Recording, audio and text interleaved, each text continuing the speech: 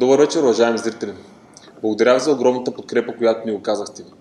Днес сте в четвъртия епизод на 10 минути с Виктор Ангелов. Мой гост ще е идолът на цяла България, както и моя личен идол. Но преди да ви го представя и да му кажа неговото име, искам да благодаря за огромната подкрепа, която ни оказахте, също и да благодаря на моите партньори, на Пейо Пеев, моя режисьор, на Аз Студио Алур, на Цвета Хербал, най-добрите добавки, на най-добрите мъжки дрехи, Мондо, на Ани Мейкъп, както на невероятен Фитнес Плюс. Също така да не забравим нашия пиар, Наско Лазар. Благодаря ви. Мой гост днес е изумителният Боян Иванов. Представям ви Боян Иванов. Той е многократен републикански шампион, абсолютен балкански, абсолютен аматьорски олимпиец, което става един от тримата профи-състезатели на България. Нека посрещнем Боян Иванов. Здрасти, Боби. Много ме драго, че ме гостуваш. Дами и господа, за мен удоволствие, мой гост е Боян Иванов. Така, Боби, ще запознаеш ли се как се почна твоето кариерно развитие в фитнеса? Кога навлезе в фитнеса за първи път? За първи път влезнах в фитнеса още на 12-13 години, когато чичо ми имаше зала в Стара Загора. Лятото, когато бях ваканция и ходих при баба ми, ходих при него, защото това ми беше може би едно от единствените развлечения там, всъщност. И от тогава забелязахме, че има потенциал, че мускулите ми се развиват и че са добре оформени. С годините пробвах доста други спортове, не съм започнал с това нещо, но лека по лека стигнахме и до там. Опитах се с други спортове, не се получи така, когато обаче влезнах отново в залата на 16-17 години.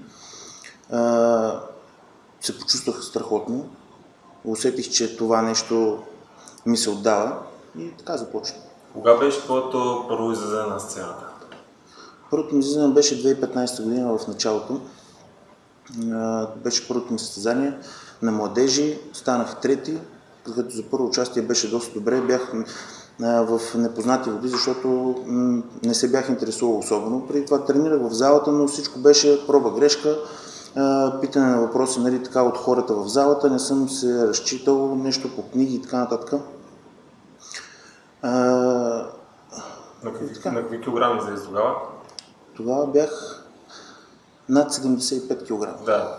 За младежите, както много от вас знаят, категорията са под 75, над 75 години, над 75 кг, до 20 години, до 23 години. Добре, Боби, ти, когато имаш състезания, кои са диетите, които изпълняваш преди подготовка, по време на подготовка, преди състезателна и след? Да. Преди състезателна подготовка. Да, значи диетите не са много по-различни от това, което сме чували.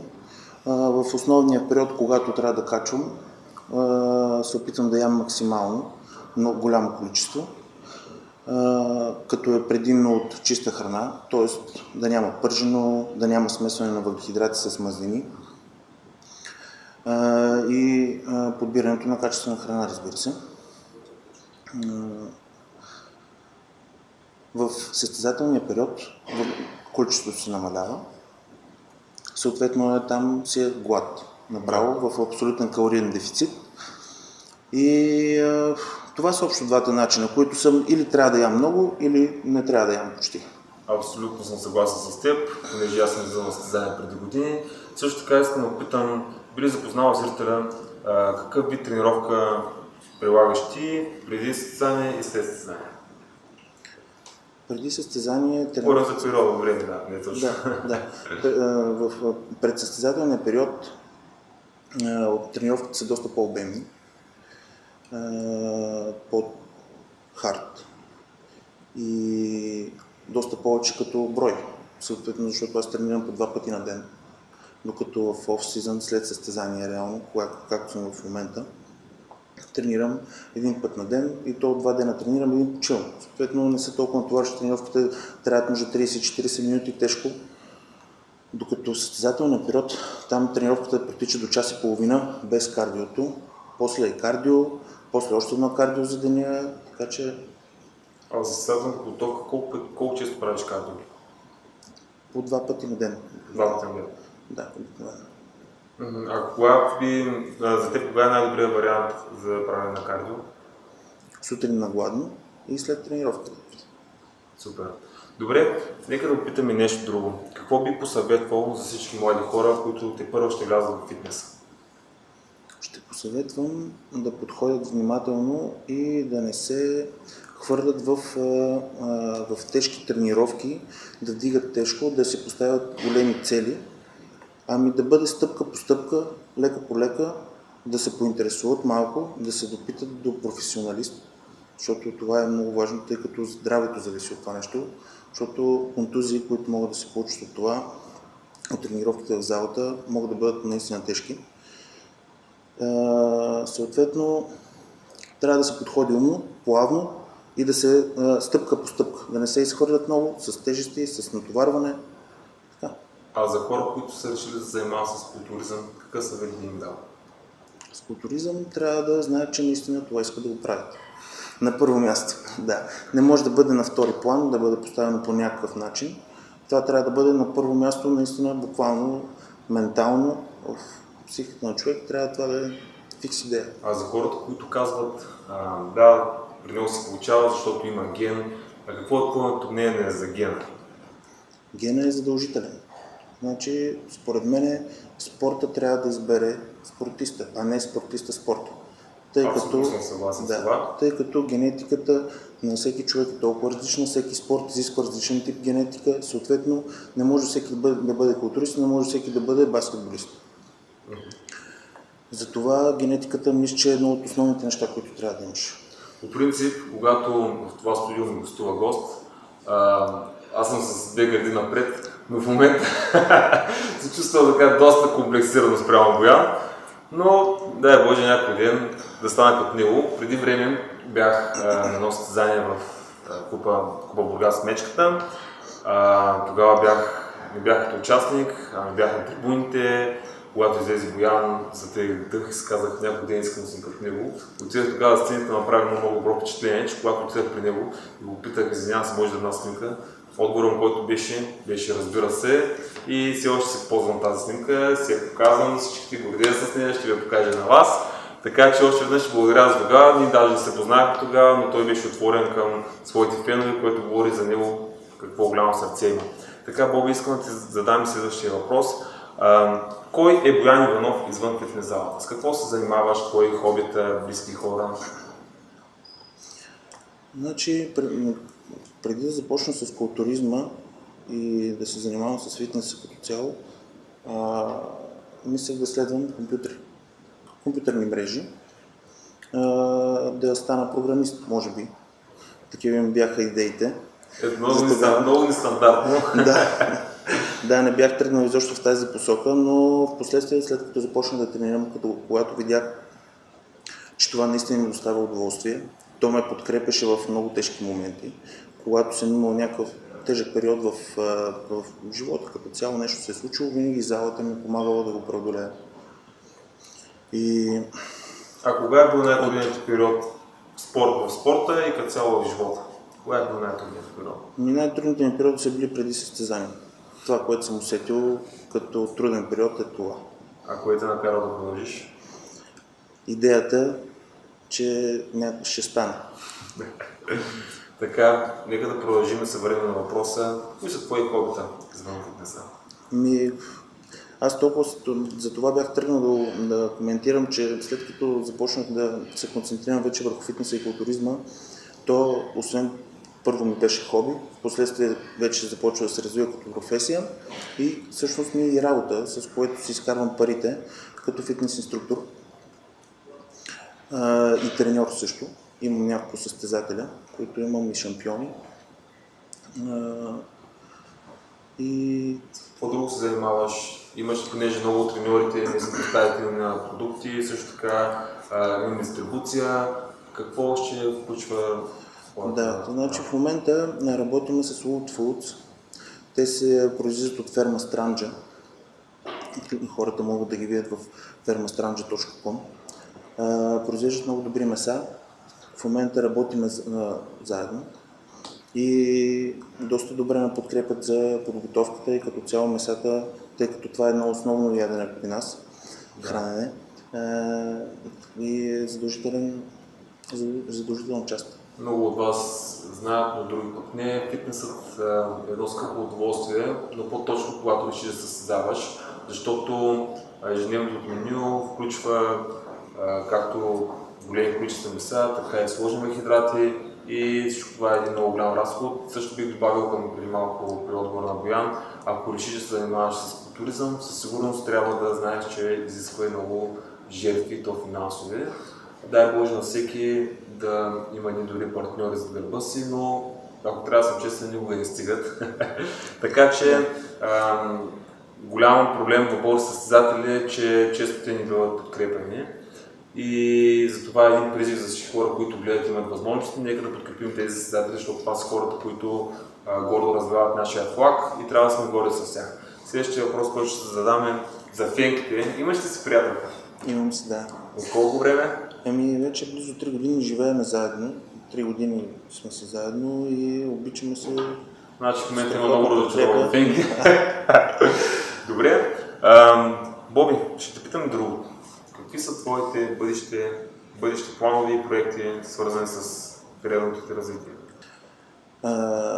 Гоним в момента про състезания, тъй като станах професионалист и вече мога само на тях да се явявам. Не ми позволява да се явявам на аматьорски състезания. Целта ни тази година е да спечелим про шоу, което ще ни даде най-вероятно квалификация за Олимпия, която все още може би няма да успеем да се възползваме. Ами ще бъде само до там с победата и в последствие отново изграждане, защото Олимпията е една доста висока цел, затова трябва да сме подготвени там. Аз съм сигурен, че ти ще си един от хората, които ще представят България на Олимпия, ако не е близката една година, предполагам след това. Както знаете, ние имаме един представител в момента до определя, но съм сигурен, че следващия ще е Боян Иванов, така че предстои да видим, аз съм сигурен в неговите възможности. Добре, много хора ме питат, добре, то няма ли да се създава в България? Би ли обяснил на фенките, защо не може да се създаваш вече в България? Да, тъй като преди малко го казах, след като станах професионалист, имам съответно забраната да се явявам на аматьорски състезания, каквито са всъщност в България. В бъдеще може да има състезания организирани тук, но това все още не се е случило. Но ако има, аз ще мога да се явявам реално. Би ли запознала българската публика с българите, които са с профи карти? В момента сме трима: Добри Делев, Радослав Ангелов и аз. Това само по себе си говори какъв човек сте в момента до мен, така че може да му пожелаем само успехи и да му благодарим за неговото гостуване. Беше много драго. Сега искам да ти направя един подарък. Първо имаш фотосесия от PLPF, за да се използваш. Много хубава визитка. Също така имаш и ваучер от Мондо. Да. И от Цвета Хербал продукти. Боби, благодаря ти много. Сега благодаря за подаръците в нашето предизвикателство. Здравейте, приятели! Отново дойде времето, в което ще се изложа вашата любима част. Това го знаем, но този път ще е в игра, в която съм играл. Както знаете много от вас, аз съм участвал на състезание по културизъм, само че когато до мен е Боян Иванов, нещата стават коренно различни, а и позинга ми не е бил от много силните страни. Както знаете, последно се пусках април месец, от тогава не съм позирал, така че ще ми е много трудно и време да се изложа. Така, с какво ще ми предизвикаш ти? Искам да направиш основните пози, без да трепнеш, изпълнявайки последователно една след друга. Значи аз се тръгвам, понеже не съм тренирам по 2 пъти седмицата, а пози не съм тренирал от 1 година, така че беше много приятно, аз тръгвам. нека да се изложа. Така. Добре, окей. Така. Моята излагация започва сега. Почваме с релакс отпред и двойна лице. Държим. Преминаваме в широк ръб. Отпред.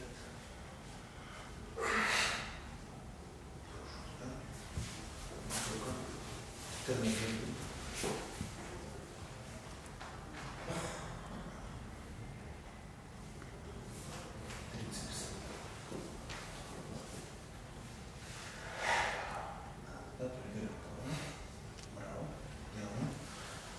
бицепс, гръб. Точно така, стягаш да за задните бедра. Браво. Преминаваме към широк гръб.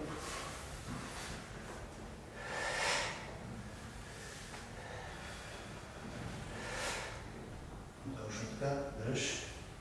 Браво. Тук минаваме по реално бедрена поза.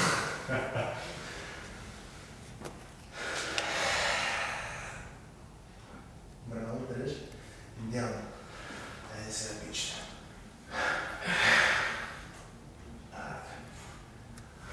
Идеално си. Не съм ги забрал още, но когато до мен е Боян Иванов, работата са коренно различни. Каква оценка ме даваш от 0 до 10, няма да се сърдя. Като 7. Значи вече се сърдя. Благодаря много. За мен беше чест да ми гостува Боян Иванов. Благодаря ти. Здравейте, приятели! Аз съм Гери и имам удоволствието да избера победителят в играта на 10 фит минути с Виктор Ангелов. Победителят ще спечели ваучер от верига магазини Мондо, както и тази страхотна добавка на цветита Herbal Extreme Burner, която спомага метаболизма и изгаря мазнините. Нека да видим кой е победителят.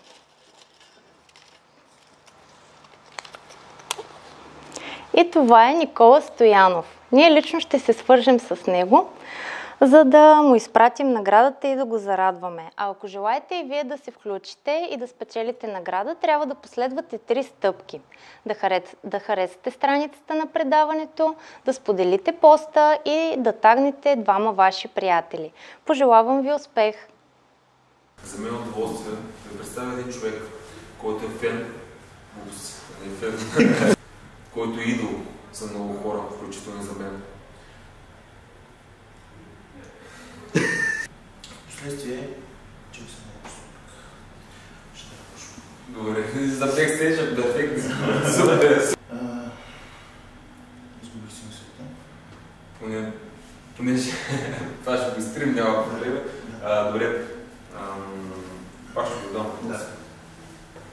Готов си. Боби, твои бъдещи планови и проекти, свързани с кариерното развитие? Много добре. Това е, че нещо не мога да се формулирам как точно да... Сега направи една снимка.